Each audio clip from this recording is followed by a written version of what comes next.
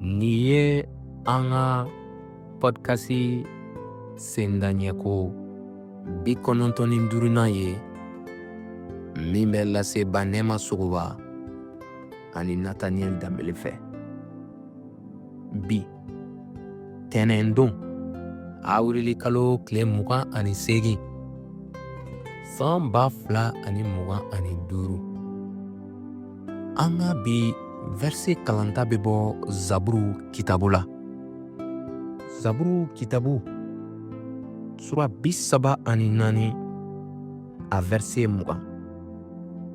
O yɔrɔ bɛ a fɔ an ɲɛna ko mɔgɔ tilen ni degunkow ka ca nka matigi b'a tila u bɛɛ la. An ka ɲɛnamaya bɛ se ka kɛ ka tɛmɛ gwɛlɛyaw fɛ. Hali ni mɔgɔ minnu bɛ taama ni matigi ye. Nka nin verset bɛ an hakiliw sigi ko matigi tɛ an bila fewu. Kantigi don walasa ka anw tila ka bɔ an ka o waati gɛlɛn kow bolo. Welekan de ye nin ye ko i ka doniw bɛɛ kalifa matigi ma. Hali gwɛlɛya kɔrɔbɔliw waati la. I banbali ka to.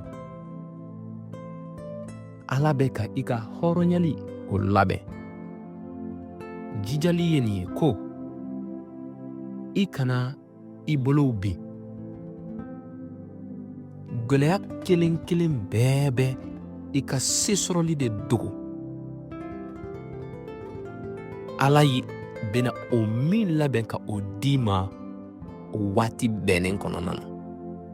Ni laseli kɛra ka bɔ délivré par Christ yɔrɔ ka kibaru duman fɔ ni dɔnkili ye.